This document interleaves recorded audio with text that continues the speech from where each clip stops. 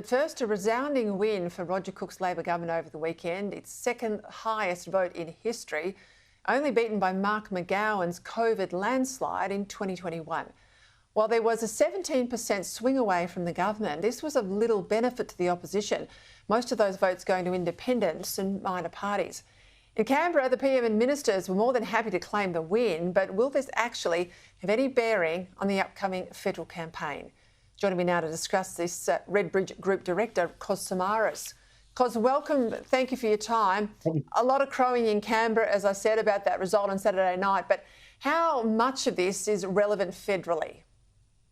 Not much at all. I mean, the federal election result is going to be determined in the East Coast. It's a point I made on election night on the ABC. Western Australia is very unique. It's unique in terms of its growth over the last 10 years. It's unique in terms of the type of Labor Party brand that exists over there. And of course, it's also very unique in terms of how bad the opposition is. And so what we saw on the weekend was basically a bunch of what I would define as millennial home builders out there in the outer burbs who were unhappy with the inflationary crisis they're having to endure right now. And they went and voted for minor parties because the Liberal Party lacked an economic narrative. I also want to make the point too for people who are not familiar for Western Australia, but I look at the recent West Australian Labor governments and they're more right-wing than half the Liberal oppositions on the east coast of Australia. When Labor governs from the centre-right, they are almost impossible to beat at a state level. Look at South Australia going gangbusters under Malinauskas, look at New South Wales under Minns, obviously look at Cook in WA. When they move to the hard left, as we've seen in Victoria, they're in trouble, and it's diabolical for them in Canberra under Wong and Albanese and the influence of the Greens. Why doesn't Labor see this? Why doesn't Labor see that if they govern from the centre-right, from the Labor right, so the centre-left, when they govern from the Labor right, they're a real challenge for coalition governments? There's something about that needs to be explored here, because what we're seeing in Western Australia is a government that, when it was presented with the facts of urban growth, rapid urban growth, and Google Maps can't even keep up with some of the growth in Perth, they embraced it and they made sure they wrapped their arms around those communities that were growing rapidly. So everything that those communities need, they get as much as possible. Flip side, in Victoria, we had exactly the opposite dynamic. Rapid urban growth, but the government over the last 10 years thought, well, they are in Labor areas, we can just turn a blind eye to them and everything will be fine. And that's fundamentally about what I think you're touching on here. What the right of the Labor Party has been very good at historically over many decades is understanding the beating heart of working class communities.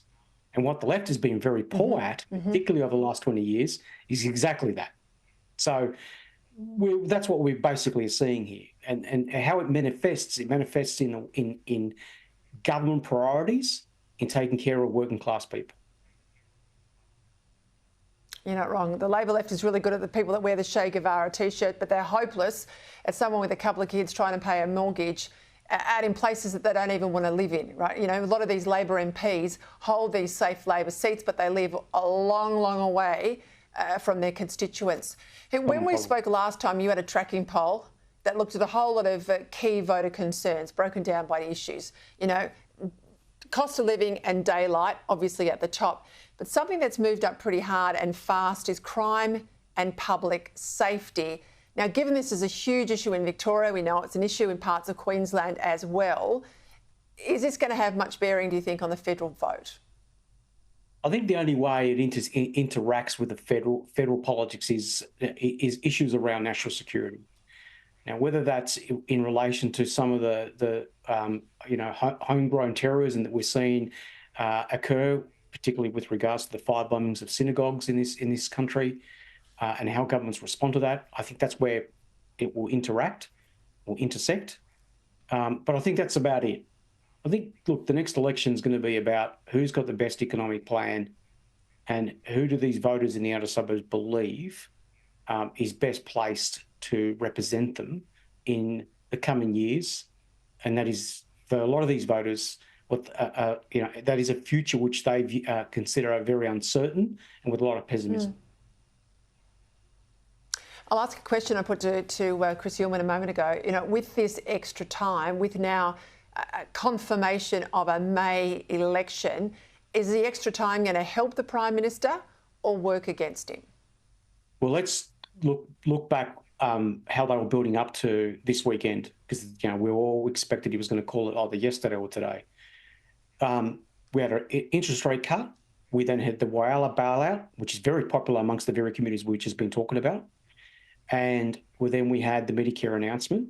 And then, of course, a highly expected win in Western Australia. Then he was going to go to the Governor-General's house and call an election. Great build-up, great momentum. Meanwhile, Dutton's obviously not really running the best of campaigns up until now. That's all gone. So now they've got the RBA is going to meet before the next election's called. Highly likely there won't be a cut. And we're going to have a budget with a lot of red ink on it. So it's going to be pretty hard for them to replicate that momentum again. So I think it's going to hurt them because they were actually kicking some goals here. And now they have to reinvent the wheel. Yeah, I agree with you. The coalition had stalled and the government, I won't say they had momentum, but they were certainly holding ground better than they had been up until now. That's Cos, right. thank you.